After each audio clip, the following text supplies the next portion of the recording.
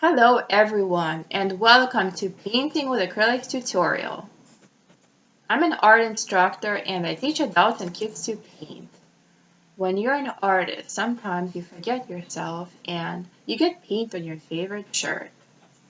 If this happens, don't panic, but rub it with water and soap.